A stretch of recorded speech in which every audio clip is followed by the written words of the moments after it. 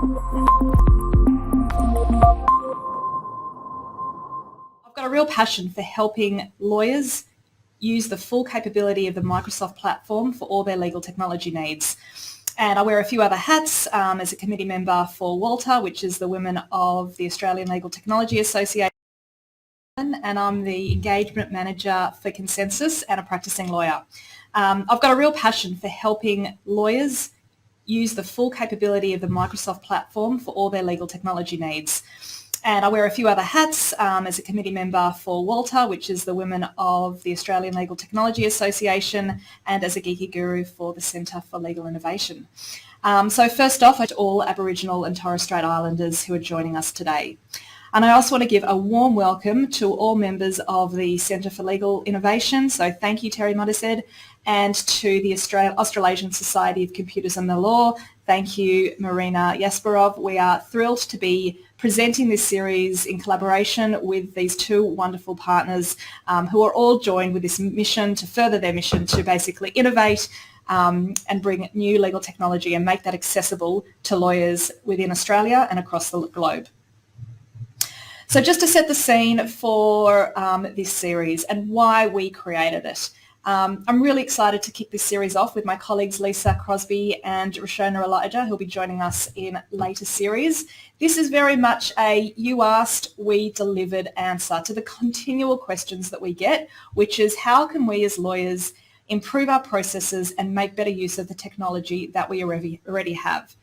So the driver for this question is often sometimes because IT teams don't want to support disparate technology in the business, and partly because the rest of the business is already using Microsoft and they don't want single-purpose siloed solutions. They want a holistic platform that they can collaborate with across the team, and they want to use Microsoft. And partly simply because lawyers live and breathe in Outlook and Word, and they want an application that seamlessly integrates without constantly having to switch applications.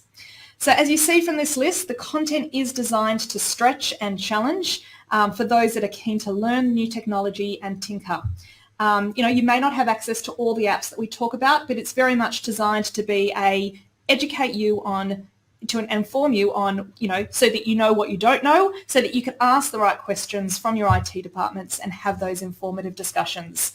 We're not going to drill down into the minutiae of apps like Outlook, which we think you already know, and there's plenty of content available on YouTube on things like how to use quick parts and rule-based manage rules in your inbox, with color coding. So what we're really going to do is focus on what we think you haven't already covered, and take you on firstly a helicopter view of what Office 365 offers, what apps you can use for what, and we'll take you through a journey with a particular scenario. 3 more things to note before we kick off. Our target audience is all practicing lawyers, so in-house lawyers, corporate lawyers, private practice lawyers, who ultimately share the same need to manage information, to create, to store, to retrieve, and to access any sort of legal information. There's no right or wrong answer to the way things are set up. Microsoft is a platform and it's designed to be accessible and usable by any industry. So while we will talk you through certain ways of doing things, it may be different in your organisation depending on how your department or IT department has set up your teams, your channels. So use this as a bit of a starting point or an example to the art of the possible. And lastly, as Lisa said, we want your input, so please add comments and please add chat and questions and let us know if there's things that you want us to cover in future sessions. So just to set the scene, again, lawyers deal with a large amount of information. The information comes in the form of requests. I need you to review a contract. I need you to give me some advice. Lawyers then have to take that request and overlay the information. They need a way of retrieving information to help them answer the questions, find documents, manage and track emails, and work out how that work is going to be done. They're often working in large teams with large projects that require them to context switch and work with different people on different projects. They're also facing an increasingly highly regulated industry, and they're realising that a Excel-based risk register is not a sufficient risk mitigation strategy. So they've got a lot of knowledge and information that they need to maintain. They need to manage that information through the life cycle of whatever process they're working on, through to requests coming in and advice coming out. And that really takes the form of needing to manage this information, needing to manage emails, the way they use Outlook for inter-company communication as well as intra-company communication. Intake management, so the way the team is going to manage the intake of legal matters or requests to do some work. Task management, how they're going to manage the work, their own personal to-do list, as well as the team or the project's tasks list. Content and creation, so that is really the underlying basis for all our work. We create content, we create Word contracts, PowerPoint presentations, Excel, and then we need to collaborate on that content. We're looking to ways to automate that content so we can make that process more efficient and more effective. And then we're looking for AI to help us with the analytics and insights to make that process easier and more efficient. And when teams have poor information management, they tend to lose up to 30 minutes a day not managing that content effectively, not managing the access and saving of that knowledge effectively. So high-performing teams are able to surface that knowledge at speed, and this is precisely what the Microsoft platform allows, and that is what our mission at Barhead is, to help legal teams get that powerful insights and through power and search. So we've developed our own contract lifecycle and matter management solution at Barhead. We want to talk to you today about some other ways you can use a Microsoft platform for your legal needs. And, ultimately there are a number of different apps across the Microsoft suite that help you with each of these activities. So we've broken down the ecosystem of Microsoft apps. They sit as a series of interrelated and integrated applications that you can switch between. And ultimately, Teams is a bit of a wrapper around them all. So you're probably familiar with some of the Office 365 applications that sit under content and collaboration. These are core to Microsoft productivity tools. As I said, Teams sits as a skin over all of them and provides you with an entry point into each of these applications, and really is more than just a chat tool and a communication tool and video capability. It provides file storage, it provides integration with many of the other applications, and we're going to talk a little bit about that today, as well as in further sessions. So as I quickly go through what our focus is on today, today's session is really going to look at tasks, to-do and planner, and how legal teams can use those apps to better manage their work. And as I quickly click through, you'll see that session 2 will then dive into automation, how teams can use Power Automate to automate approvals, notifications and documents. And the preceding series is again going to pick on one of these applications and take you through different series of this puzzle. So we hope that you add questions, you find this series informative. Please shout out if you want us to cover areas that we haven't already covered. We hope that we've hit the mark in terms of the content that you want to see. And what I'll do next is just take you through to the entry point of Office 365. So if you haven't gone to office.com,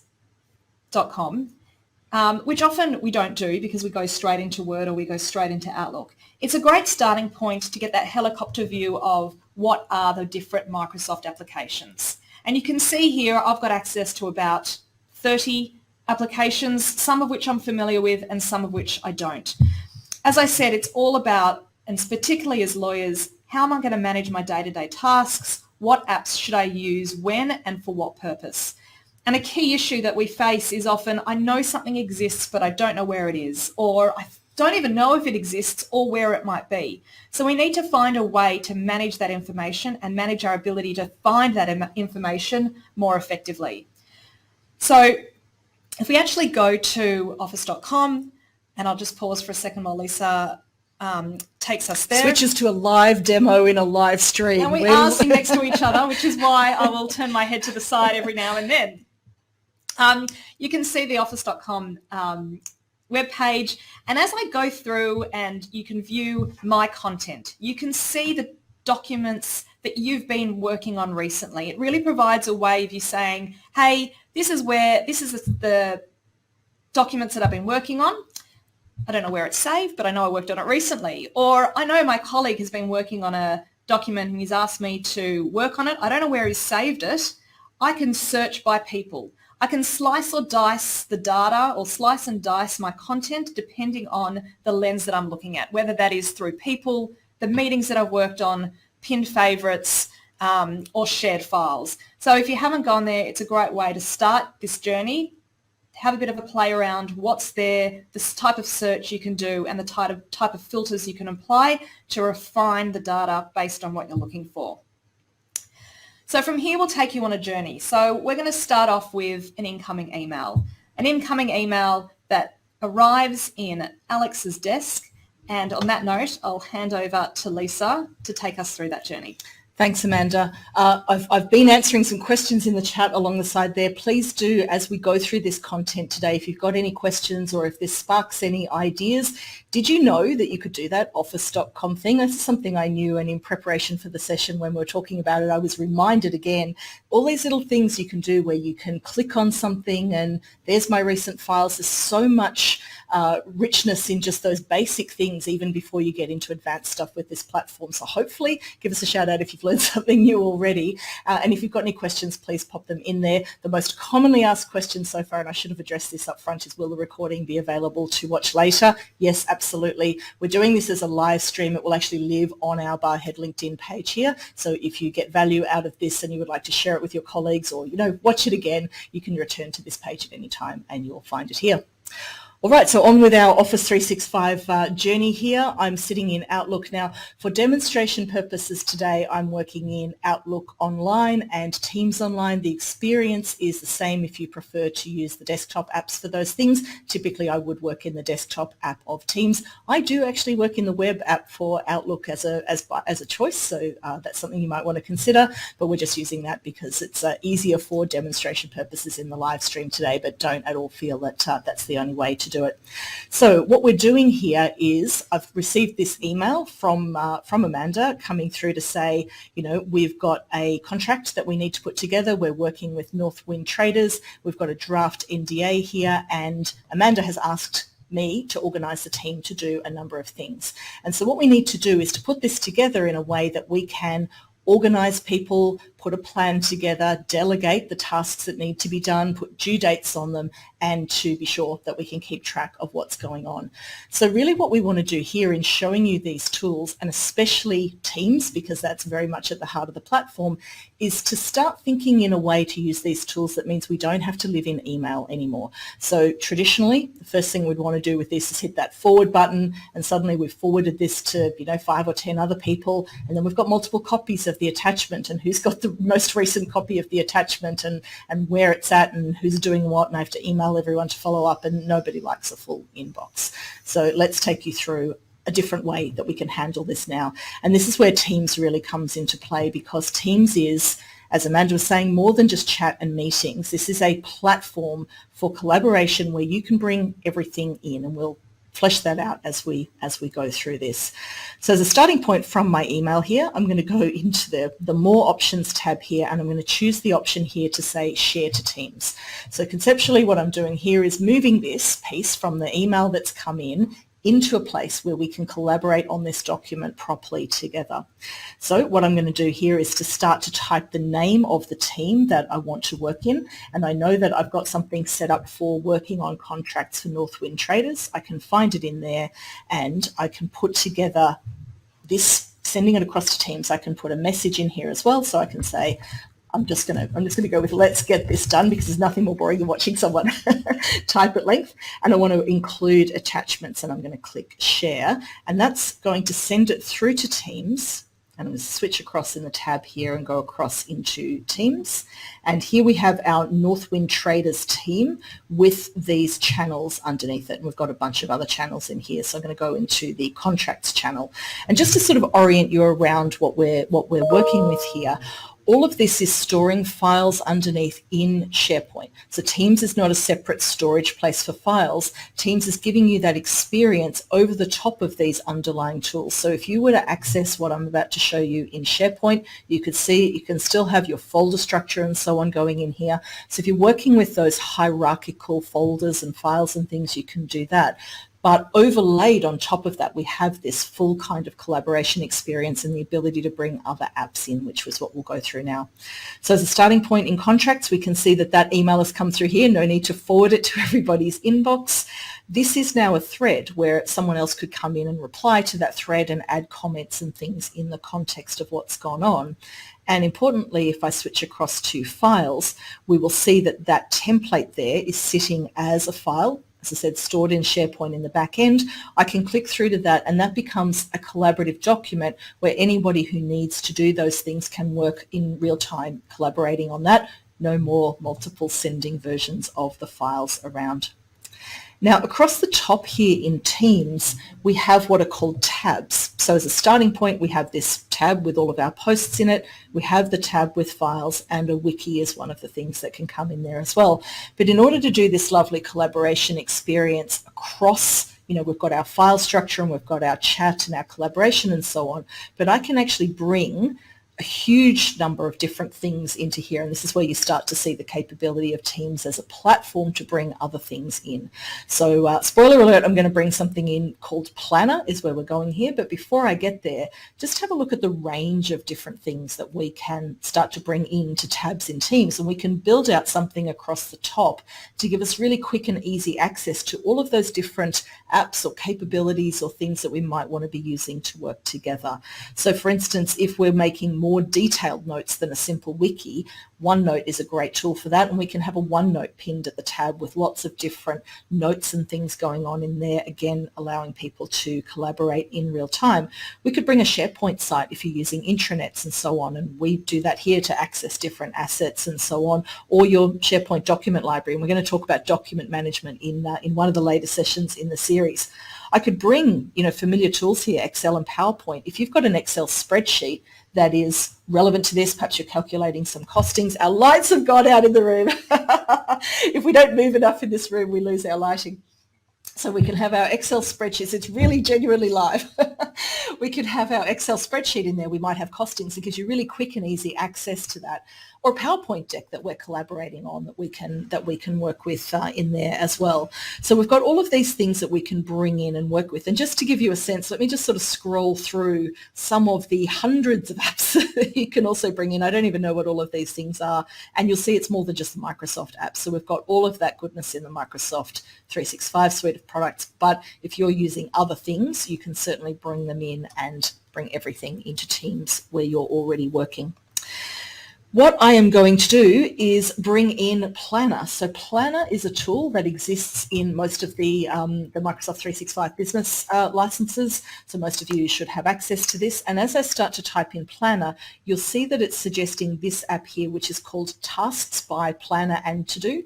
This is how Planner and To-Do work into Teams, and we are going to come back and show you where all this ends up in the end, because where we're heading here is that we can use these tools together to do something where a group of people are working together on a plan, as well as my individual tasks that I might be working on. Don't forget to pop any questions in the chat. I can see a couple of people having a laugh at our expense on the on the lighting situation here. So yes, we will laugh along with you there. So first thing I get to do here is to create a new plan. I could use an existing plan if I already had one. So if I'd worked in Planner outside Teams, I could bring that in here. But I'm going to create a new plan here, and we're just going to call that Planner. All good. You can select this option here to say that you want to post to the channel about this tab, which effectively I'll leave that on so you can see what it does. We'll send a notification. So far, my scenario here, I've got this email that's come in. I need 3 or 4 people to help me out with this. I've put that straight in Teams in the right place. I'm setting up my planner here, and that's also going to pop a notification into the channel for everyone there. So now what we've got, let's just hide the fact that StreamYard is sharing my channel because I think we can all see that. What we've got is the concept here. This is a little bit like a Kanban type, well, it is in fact a Kanban kind of board concept. So we can create these buckets, and I'm just going to do something that's fairly typical here, but you'll see that you can rename this bucket if to-do is not where you want to start, and you can add as many new buckets in here as you want. So typically we might do something like to-do in progress, and done, just to keep it simple, and you can work things through there, and then we add a series of tasks underneath. So Planner here is a really good tool if you want to be able to say, I need to organize what people are going to be working on and keep track of all of these things, who's doing them and by what date. If you need to go a level more complex than that, then we've got Microsoft Project in there, which starts to allow you to do things like costing and dependencies and Gantt charts and so on. If you're running a full project, you need proper project management. But if this is something where it's just like, I need a bunch of people to get something done and I need to keep track of it, this is an excellent tool for that. So I'm going to go and add a bunch of tasks in here. So let's say one of the first things we need to do is, I'm Alex here in this scenario. I'm going to pop this in, and here's our task here to create the NDA and send it to Northwind Traders. I can assign that to someone in Teams there, so I'm assigning it to Alex, and I can also choose to set a due date. So let's say that one needs to be done by the end of the week, and we can add that task. Let's add another one here and assign it to someone else. So I'm going to go in here and add another task, and this time I'm going to ask Alison to draft the MSA, and we'll add that one in there. Let's pretend I'm putting due dates in every time. It's a bit tedious too. You've seen that I can add a due date, so I'm just going to kind of skip over that a little bit as we go here. Let's add another task here, which is to draft the scope of work, and we're going to assign that one to Sam. And then finally, we're going to get me, in fact, to work out the schedule of rates. You've given me the most glamorous, task there. All right, and that's in there. So what we've now got is a series of these tasks in the to-do area. Let's say I come along and I'm working on this to add the schedule of rates. As I open this up, you'll see we can set priorities in here. I can add a description in here, so I'll just put in placeholder text. I can add in some notes about what's going on. I can add checklist items if there are multiple things that I need to do. Can even add add tasks and comments and things in there. And then I can also move it along to the next bucket or indicate my progress as I'm going, so that as we have oversight of what's happening in the team, we can see where things are up to and see how they move through the buckets. And if you start to have a large number of tasks to keep track of, this makes things really easily. You can also just drag and drop things across, so I could just kind of drag that across there in that Kanban style experience. You can view this in different ways as well. So I can view a chart and I can get a sense of, my chart's not very interesting so far because we haven't done much, but what tasks are left, what's in progress, what's left to do. If I've put due dates on things, I can see a schedule there. Like I said earlier, if you want proper Gantt chart kind of project planning, you want to use Microsoft Project for something like this, but you can view it as a calendar, or you can actually just view it as a list of tasks. And then within here, we can start to filter by things. So again, we can start to see when things are coming up and really work with that. So lots of capability there for just getting people organized around doing things. And when someone is assigned a task, they are going to see it in their own tasks app, which we will come back to shortly. Did you have anything to add to that, Amanda? Or if anyone's got any questions, thoughts, comments about that planner, something you might think you can use, pop us a note in the chat. No, but I've gone backstage, so I think I need you to add me back. There we go. I let it back in. I should let it back in. Thank you. All right. So planner, can you go this? All right, so next thing we're going to do here is to have a look at sort of the next thing that might come through. So we've organised a planner here. So our scenario there was that when I had this email coming through, I was having to delegate to other people or organise a bunch of other people. But often you'll get things like this coming through, which are just like, could you please have a look at something? Or you might even be tagged in Teams for something like this. Alex, can we discuss the new matter with Acme here? So, we all have incoming things from all over the place. You get pinged in Teams on something, you might get an email on something. And so when it's not organised in that same way around Planner, what we're really looking at is a personal kind of task management situation. So for this one, we can use something called Microsoft To Do, which is another piece of the platform that we're working with. So if I go into here, and the three dots in Teams, in any message, any chat, anywhere, always worth looking in that little menu here, we can go into more actions, and you will see a thing here that says create tasks. we have got this coming in, so I can create this in tasks. I'm going to give this one an important priority, and I'm going to say that that is due by Thursday, and we've got all that information in there, and I can add that as a task in there. Now, this is a lovely segue. Thank you, Doug. We've got a question here from Doug. What happens when a due date for a task comes around? Do I get a notification? So what we're using here is bringing these things together into this tasks app. So remember, when we first started, we were bringing that tasks app into Add Planner into the top. The Tasks app in Teams also helps us to bring all of this together as well. So if I go back into my main Teams, and we'll come back to Doug's question there about the notifications as part of this, on the side here, in addition to being able to sort of add these things into a channel and have that nice horizontal experience, we can also pin things down the side. And a little sneak preview there, we've got Power Automate pinned to the side. Come join in 2 weeks from now to learn more about that one. But I can pop something here to find other apps that I've got going on in here. And this is one I've used recently. If I didn't have it there as a recent app, then I could certainly go in and sort of find Planner and find that in there. So because it's already there, I'm just going to click on that, and that will add it to the left rail in Teams. If this is something that I want to use frequently, I can right click on that and pin it, and that will persist in there. So each time I come into Teams, I'll be able to jump straight into that. So again, now we're collaborating in Teams, and I've got all my tasks and things in here. And what happens here is that we've actually got this tasks. So you'll see this is my tasks, is where Microsoft To Do is keeping all of those things. And then we've actually got shared plans. So I'm also part of a sales team and part of Northwind Traders. So if I go in here, I can see these are the things that were part of that planner. I've got oversight on the whole thing because I set it up here, but I can see what's going on in here. And again, I can filter these things and start to sort of see what's going on with that and see all of those things in there as well.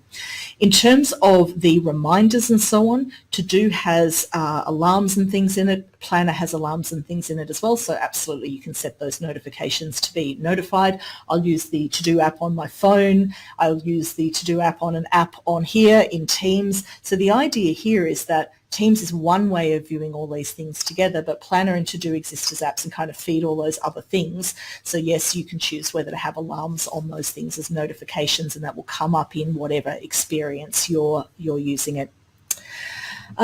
Yes, now a couple of other questions here. So let me just get my, I'm going to do these slightly out of order because that's the one I saw first. So hello, Shakira, thank you for your question.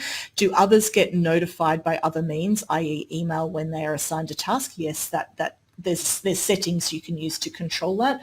By default, unless you've done something different in your Teams notifications, you will get an email, that planner experience, very similar to the kind of email you might see if someone mentions you in a collaborative document or adds you to a channel. It'll send you an email notification. So we've actually used Planner here. I was involved in a project where we had to write 50 documents and get them all done by a certain deadline, and there were 4 or 5 of us collaborating on getting those done. And we needed to track where each one was up to, and I was getting an email alert each time to say, somebody has moved that to the next stage, or somebody's mentioned you in this. So yes, you can have all of those notifications there.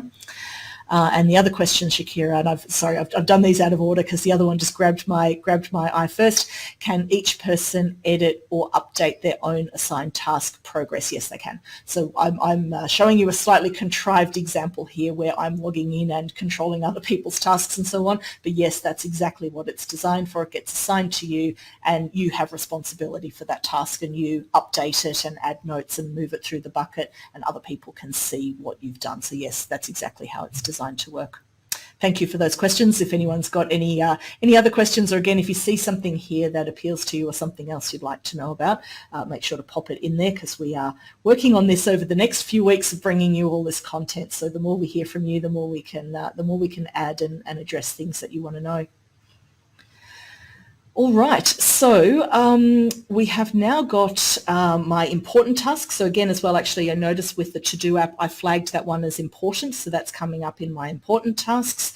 And then I've got these other things here where I can actually see all of my tasks, including that one flagged as important with a due date. And I've got something else in there that I need to work on as well. Did you want to add anything to any of that, or I'll see if we've got any other questions coming through? No, I guess in the context of, what lawyers are doing and what they need to do, everything, it's fairly generic. We're being asked to do a number of different tasks and work on a number of different documents. And the power of being able to mention somebody in a document means that you don't have that issue with who's got control of the document, or am I going to check in or check out this document? I can't open it because someone's checked it out.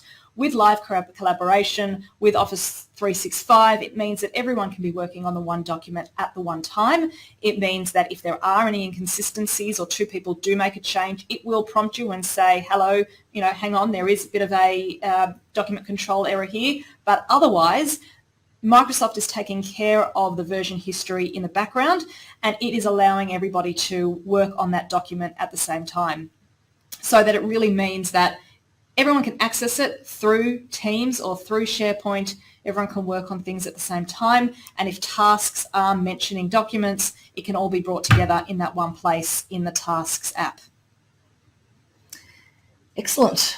All right, I am going to show you something else here, which is another piece of live collaboration that we can work on. So again, I'll just check and see if we've got any questions. Nothing else coming through there. So what I'm going to do here is take you into something that is a little bit of a bonus here. So we've so far talked through planner, tasks to do, and these are all excellent things for working on task management and how we can bring those into Teams and get that experience in there as well. Something that's really new and innovative in the platform, so roll with me here, is something called Microsoft Loop, and we can use Microsoft Loop components. And this is another way that we can bring this idea of live collaboration into our experience. So when we're working on documents together, we can live collaborate on documents. I can have that Word document that's in there and others can collaborate in real time. We can see them in the document. Microsoft Loop allows us to do that in some other sort of new and interesting ways. So what I'm going to do here is go into the chat, and this is actually like the first appearance of Microsoft Loop, which is in the chat in Teams, but this is absolutely something that we're going to be seeing more of. So this concept of being able to collaborate in this way is something that we'll see more of coming through. So the idea of a Microsoft Loop component, we'll just wait for my screen to catch up there, we'll give that a refresh, is that this is a live component where I can add something like a list or a table or even a piece of text. So our scenario here is that perhaps we're drafting something to go into an email, and rather than, again, living away from email a little bit here, rather than doing something where I say, or Sam comes to me and says, hey, I need to draft this email, and I actually write the draft email and then sends it to me in email, what happens next? I need to make some corrections, so I'm going to, copy and paste that and reply to Sam, and then Sam's going to, we might go back and forth. So that experience of like email collaboration, the idea of the Microsoft Loop component, and I'm showing you this in Teams, but this will be something you'll be able to do in Outlook in time as well, is that this is a live component. So Sam has sent this to me saying, here's what this is. And I could actually go in here and you'll see this is a little bit like the same experience. So what shall I change here? Maybe we should say, dear sir, or something like that. I'm just going to make a change. And so I can actually edit that in here, add something else here, and I can mention Sam as part of that chat, and that will alert Sam as well. And so this becomes something that we can work on together in real time, back and forth, even on your mobile device. If you're on Teams Mobile, you could be editing this or seeing this in real time as well. So we're collaborating on that piece right there. We don't have to take it off into a document. We certainly don't have to send dozens of emails back and forth. So that's a little bit of a new thing that we've got in there. You'll find that inside your chat. There's this little icon down the bottom here, which is called Loop Components. And these are all of the different types of things that you can do with the Loop component to bring that into that experience. I think that use case is really excellent. One of the key pain points that we have is a million emails going backwards and forwards. Often those emails are, it's either inter-company communication, because that is the way that we are used to transferring knowledge and content between parties. And the idea of Teams is to, as much as possible, move a lot of the inter-company communication out of email and into Teams so that your inbox can be cleared for those, important client or customer-based correspondence. So I see this as a really good way of being able to communicate with your colleagues with content without having to save you the hassle of opening up a document just for the sake of a small paragraph and then allowing them to, what we're used to, which is redlining content so that those sorts of track changes can be viewed. So if you haven't checked out Loop, check it out. It's a really great way of collaborating on content on a more ad hoc basis. And as you can see, you can do it on the basis of tables, tasks, or lists. And so something like an action item list or a table where you want people to, we've just used it to add their preferences for what we're going to go out and eat for dinner in dinner this week. Everyone can add their comments in a table as a team. Oh, that was a genuinely, seriously real use case. So that idea again of, and like it's a bit of a fun use case, but that idea of saying, let's add a table, for instance. So just to sort of show you this, we can add that in there. And so here's a live table where I could put in a bunch of people's names in here, and people can actually, that's going to be the title. So you can see that's already formatted ready. So I can go name and preference. And then we can put in things like this, and I can start to populate this table. And then what happens is that this comes through, and in the same way that I was able to edit this thing before, everyone else is doing this. If you need a bunch of people to contribute something, and again, you'll see we've got in here the concept of, we've got tables, task lists, paragraph is what we showed at the start, a numbered list, a checklist. If you're just trying to organize a list of something like that, and again, it's a bit of a temporary thing, you just want people, instead of, again, any scenario, I'm going to email everyone and go, can everyone please tell me their dietary requirements for something, or can everyone please put down what time you're available, or whatever it is. Like even some of those little productivity use cases can really be helped by this.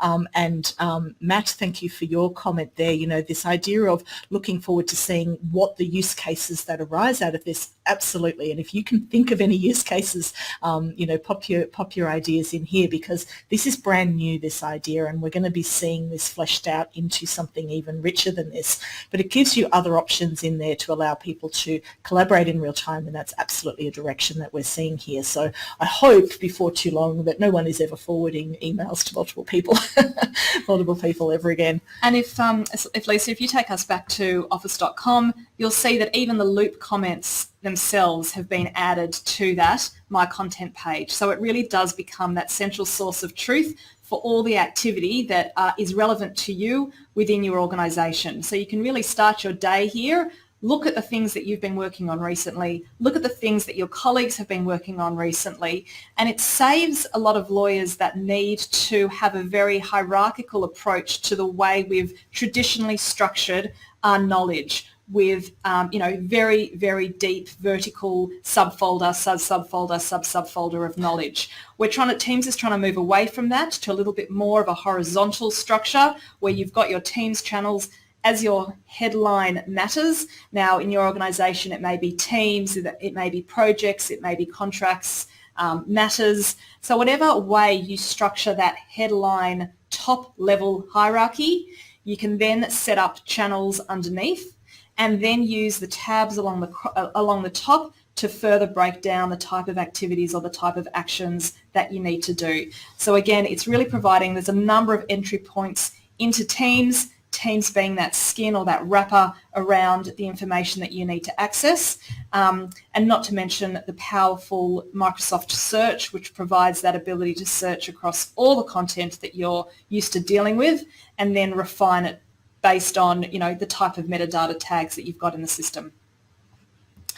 All right. I'm hoping that we've given you a lot to think about and to work with here. There's certainly a lot of things in here. Here we go. Lou, thank you. I love this. I love hearing from people around, what are the use cases for this? So meeting agendas, absolutely. Let's have a look at sort of that concept here. So how would we do a meeting agenda? We could certainly do that as a table. It could be even a bulleted list just to do something here. So let's go in and go meeting agenda. And again, I didn't give the other one a heading in there before.